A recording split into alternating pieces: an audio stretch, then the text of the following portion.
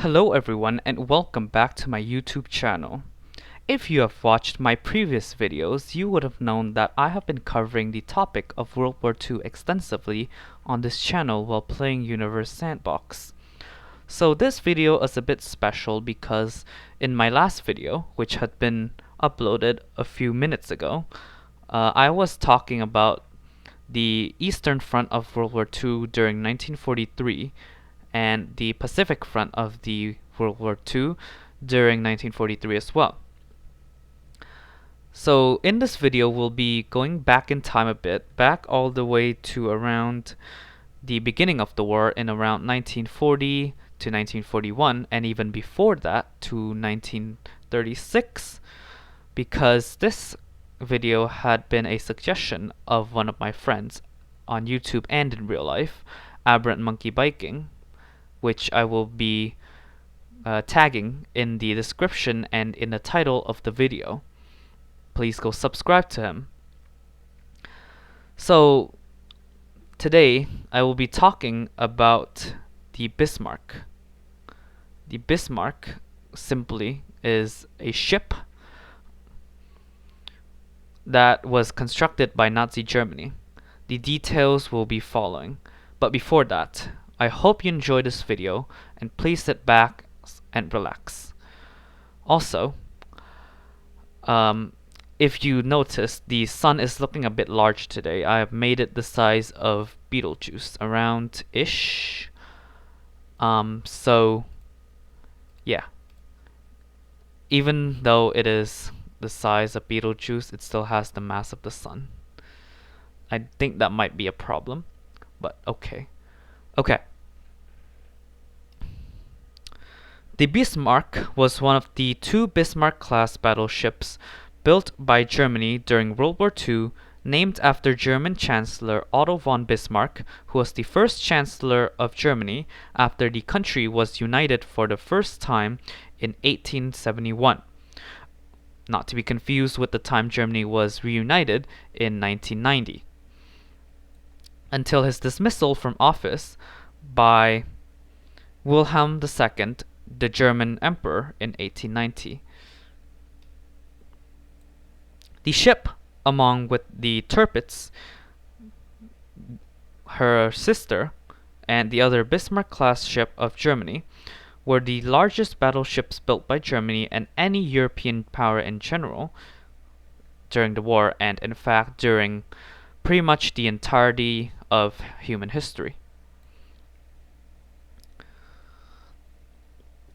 The ship weighed around 41,700 tons standard, which includes all ammunition and crew but without fuel or the water for the boilers, and around 50,300 tons full load and including the fuel included, and several other measures. Unfortunately, I do not understand this topic as well. If you have any concerns, please make sure to leave a comment or look up the actual definition of standard tons and full tons in ship terms. Its length was 241.6 meters at waterline length, which is the length at the waterline, the length of the ship at the waterline, and 251 meters overall, which is the entirety of the ship.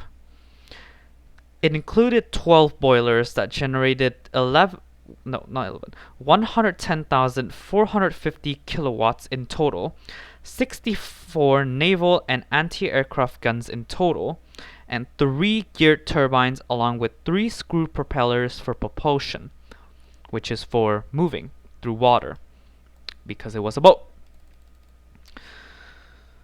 Its construction began in around 1936. The proper terminology for construction of a ship, or the beginning of it, is called being laid down, which is when the keel of a ship is laid down, hence the terminology. It began in 1936, and it was oversaw by Blom and Voss, a shipbuilding and engineering company. The ship was launched on the 14th of February 1939, which was only around less than 7 months before the start of World War II, with the ceremony being attended by Adolf Hitler himself and Dorothy von Leeuwenfeld, one of Bismarck's granddaughters. Its final phases of construction took place during the rest of the year and into the start of the war throughout 1939 and early 1940, until it was finally commissioned on 24th of August 1940 for its sea trials. Even though its construction was pretty much fully complete, it still has to go through sea trials, which would help the crew and the construction finish and fix any problems or find any mistakes that were made and determine if the ship is finally ready to sail, to go on missions or not. The sea trials took place in the Baltic Sea in Northern Europe, and its captain was Ernst Linderman after it was commissioned. He would become the only captain of the ship during its 8 months in use. Despite being the largest ship, it only survived 8 months into the war. The irony. The ship and its sister Tirpitz were supposed to rendezvous with 2 other ships in the Atlantic around late April to begin their missions. However, the Tirpitz would not be ready until around summer to August of that year, and another German ship had been severely damaged by Allied forces after its success in Operation Berlin, which was an operation aiming to disrupt Allied shipping in the Atlantic Ocean. Bismarck was sent to continue disrupting Allied trading in place of the ship in the Atlantic during Operation Rheinberg. It set sail on the 18th of May 1941. On the 24th of May 1941, the Battle of Denmark Strait took place. The Bismarck managed to sink the HMS Hood of the UK after the UK crew opened fire onto the Bismarck, killing the captain of the fleet, Lancelot Holland, and all but 3 of her crew, which included over 1,400 people. Allied forces, due to this loss, followed the ship relentlessly and extensively during a several-day-long chase, with aircraft and ships and submarines chasing the ship in shifts and replacing each other once a ship or plane was falling behind, and vice versa. Both sides exchanged fire during this time. Finally, the ship was damaged irreparably on the morning of the 27th, and it was sank at 10:40 a.m. The captain died, along with over 2,000 of her crew. The ship stayed at the bottom of the ocean, and her location was discovered in 1989.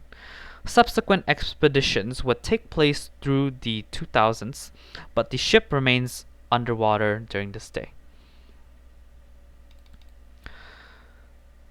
So, the irony of this was that even though it was supposed to be one of the strongest, largest, and indestructible ships of the entire war, it only existed for around 8 months before it was finally sunk by Allied forces.